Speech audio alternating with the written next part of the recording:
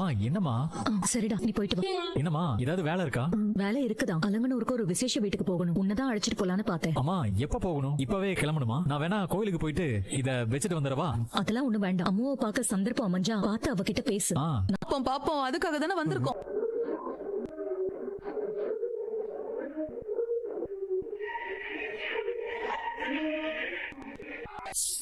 வணக்கம். வாங்க உட்காருங்க. வாங்க. வணக்கம்மா. வாங்க. வணக்கம்மா.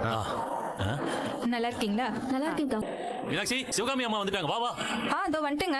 வாங்கம்மா, வாங்க. வணக்கம்மா. வாங்கம்மா, வாங்க. உள்ள வாங்க. உள்ள வாங்கம்மா. வாங்கம்மா. வாங்கம்மா. வாங்கம்மா. உட்காருங்கம்மா.